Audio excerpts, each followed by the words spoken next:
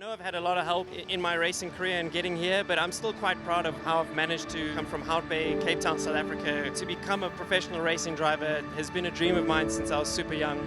And I never actually thought I would do it. I believed in a way that I had the ability to do it. But to actually be here in a pit lane, talking to you guys is surreal. It's utterly surreal.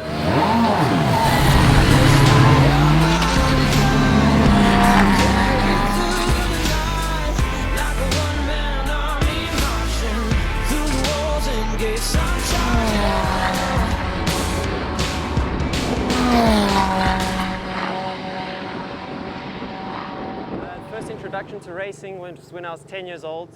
We went to a birthday party with one of my brother's friends, and he took us to a dirt oval with karts. And actually I didn't want to go. I was quite miserable about going. But once I drove this kart on the dirt oval, I knew exactly what I wanted to do for the rest of my life. When I was 15 years old, I finally had done enough begging that my dad got me a second-hand kart. And I went to go race in the Western Province Karting Championships in Cape Town, finished last, and then spent the next 7 years karting till I was about 22 or 23, primarily in the Rotax series, and then I had to stop because I ran out of money, and worked on a business with my brother and saved enough money so that when I was 30 years old, I was able to come back to racing for real. In GT racing, I cold called racing teams in Italy, and with the help of someone from South Africa, Alan McDonald, I was able to get a seat in the Italian GT. You never make it through racing on your own, and I had a lot of important people that helped me along the way. The first was my brother. He's like the key motivational officer when I was down. He always pushed me and reminded me that I couldn't give up. And then the person who got me into Europe was a combination of my karting mentor, Claudio Piazzamusso. He taught me how to race karts and the importance of driving technique. And he introduced me to Alan McDonald, who got me into the Italian GT and eventually introduced me to Kessel. Kessel helped me in a big way because I got into the sport with almost no budget, and they were willing to sort of be a bit flexible when it was necessary. And through Kessel, I met a guy called Stephen Earl, aka the Doc, brilliant driver in GD Sports Club. He sort of took me on as his pro driver in the Blancpain Sprint in 2017, which we won in the AM category. But after that, I was upgraded from a bronze gentleman driver to a silver driver, and I lost all my opportunities. And luckily for me, I cold emailed the guys at Rinaldi Racing in late March when, you know, basically all the drivers have already signed up and everything. But I read a news article that said that they were still looking for one driver. Cold called, drove to their headquarters in Germany, and Michele Rinaldi offered to test me. And yeah, that was last year, and he gave me a drive in his team, which I'm still with now.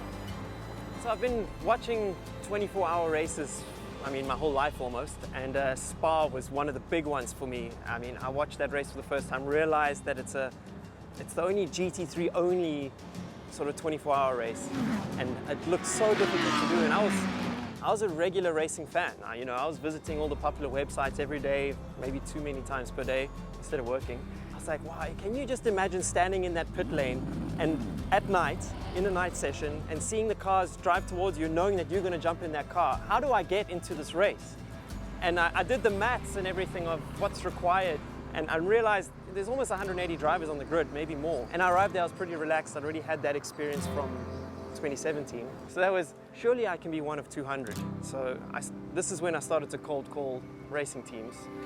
And eventually in 2017 with Kessel, we entered an AM car, and we ended up winning the race without any problems, which was unbelievably surreal. You know, I mean, from a racing fan, and then I actually got to stand on the podium at Spa. It was just a phenomenal feeling. The following year, when I was with Rinaldi, he offered me the opportunity to do Spa again, but in the Pro-Am, because this time I was a silver ranked driver, and we ended up winning it again, 2 years in a row in 2 different classes.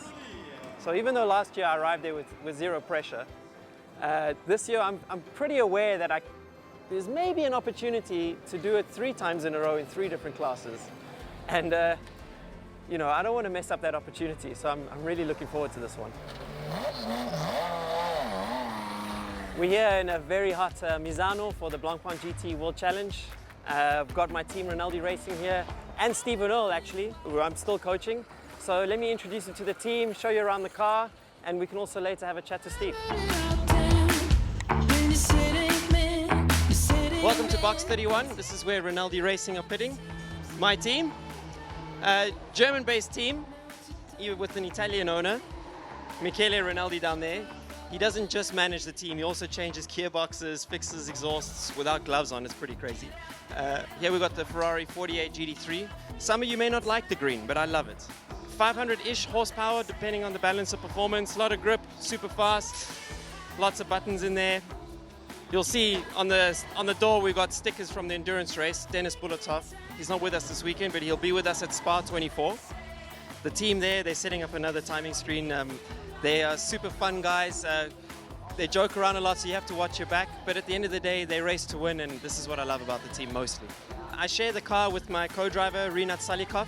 We used to have a bit of a rivalry when I was at Kessel. But now that I've been upgraded to silver, we've actually become pretty close mates and race together. And I think he's taken over the mantle as fastest bronze in the world.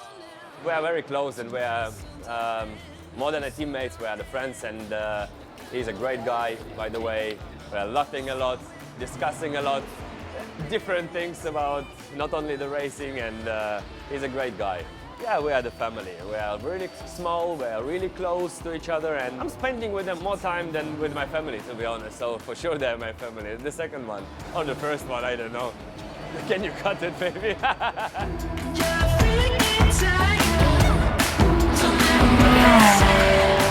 My hero.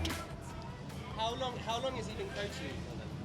3 years. Well, it seems like it's been for most of my life, but it's only been 3 years because I've gotten so much better with his education. And he's not too tough on you with the coaching? Well, actually, after being married for 35 years, I respond to being yelled at, so he's figured that out. So it's always fun, you know, even when you've been racing for 28 years, new car, even if it's the same track, different tires, you always have something to learn, and he is exceptional at bringing that out. And fun, don't forget the fun part.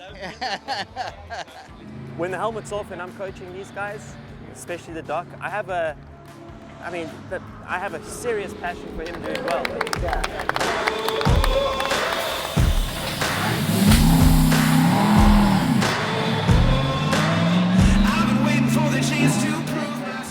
Yes, the advice I give all my drivers is their minds must be already switched on by the second last corner. So in this case, T15, he is already racing.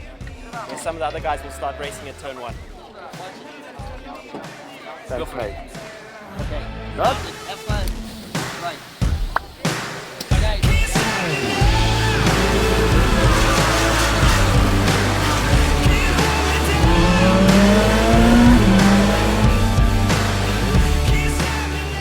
20 seconds before the pit stop, most nervous time for me. This doesn't come naturally, the driver change. Yeah. Let's see, we have a good chance at the wrong stage.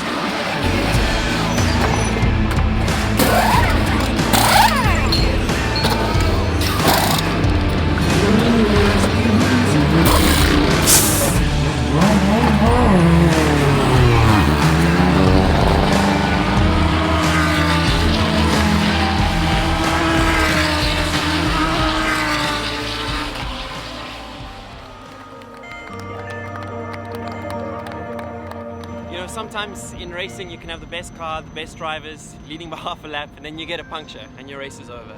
And in some way that's kind of what happened to us. We crossed the line in first, but after the podium we got back down, and after the camera stopped rolling we were informed that we got a 30-second penalty for an incident on track in the last 2 laps, which was unfortunate.